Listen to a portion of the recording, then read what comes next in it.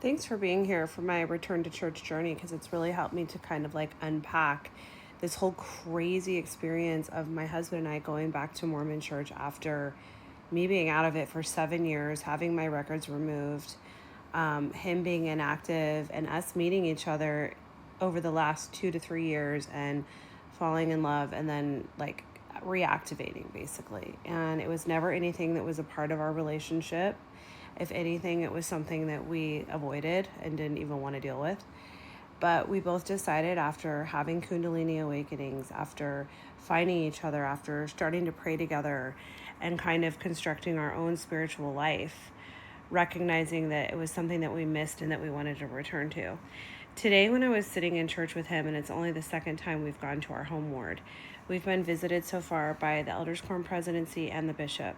We have had nothing but acceptance and love and people reaching out to us, and it's been mind-blowing how great our home ward is and how welcoming everybody is. We were in sacrament meeting today, second time going to our home ward. The talks were great. I felt good. I felt what you would call the spirit. I felt connected. I felt touched. I felt God's love. I felt that we were where we needed to be.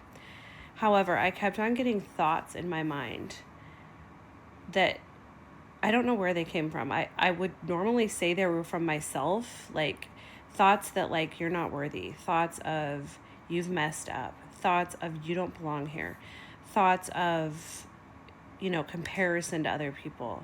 And why couldn't you do that?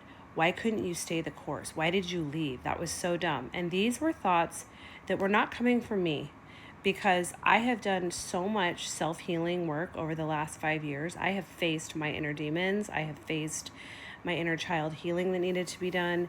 And in my everyday life, I hold my head high and know that I deserve and belong in every room I choose to enter.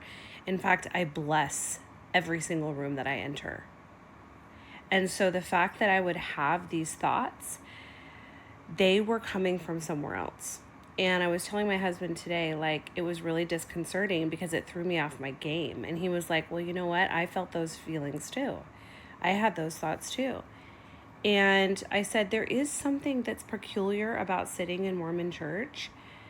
And I feel like it's any church in general, or when you're in an organization where there's really like stalwart people that are like really trying to better their lives. I think almost all of us, when we're surrounded by goodness like that, will feel inherently unworthy, or that like we don't measure up. And I used to think, when I was my 7 years outside of the church, that it was church members putting that on me, that it was messages of imperfection and messages of you need to be better that were inherently making me feel bad about myself. And I blamed the church for a really long time. And it was one of the reasons why I left for 7 years, and one of the reasons why I had my records removed. But after going in today and observing what I observed, that I was having these thoughts out of nowhere that were making me feel insufficient and unworthy, I told my husband, like, those were not coming from me, because I don't feel that way about myself. I know that I have every single right to be in that congregation as anyone else. I deserve to be there. I have every right to be there. In fact, I'm a blessing to that room. However, I was having all of these like doubtful thoughts. And in my last video, it was the part 2 of why we decided to go back to Mormon church. It was like the thought was placed into my mind, you should go back to church. I don't know if it was my future self telling me that. I don't know if it was an ancestor. I don't know if it was source consciousness itself telling me, you need to go back to Mormon church. It sure as heck did not come from me, because I was out. I was done. I had no intentions of ever going back. It was never something I saw for myself. Very similar to like when I met my husband. I had no desire to be married again. I never thought I would be married again. And then I met my husband, and it was something whispered to me in the moment that I laid eyes on my husband, and it was like, there he is. And I knew he was the one. It was a voice outside of me telling me that. And now here I am in the happiest, most incandescent, divine relationship I've ever been in. And it was meant to be. So the same voices, the same impressions came to me when I knew I needed to go to church, and that impressed my husband at the same exact time that we needed to go back to church. It came outside of me. So I can only surmise that the voices of you're not good enough, you shouldn't be here, you don't belong here, came from an outside source too. And this is going to be a random example, but over Christmas break, my kids and I watched every single Star Wars. And one of the ideas that I absolutely love in the most recent Star Wars episodes with Rey and with Kylo Ren are that the light and the dark are the yin and yang force of life, of the force. The dark side is a part of the force. It is one, and you need it. It's the other side of the coin. It's not the enemy. It's not the opposing force. It is the other side of a coin. And we were realizing today that those voices that we feel in church, that we're not good enough, that we don't measure up, that we don't belong there, those are coming from somewhere outside of ourselves. Just like we get impressions to go to church and impressions to reach out to people and impressions to be better, we get impressions that we're not good enough. We get impressions that we don't belong. We get the dark side of impressions that would tell us to play small and not show up, and you can't do that.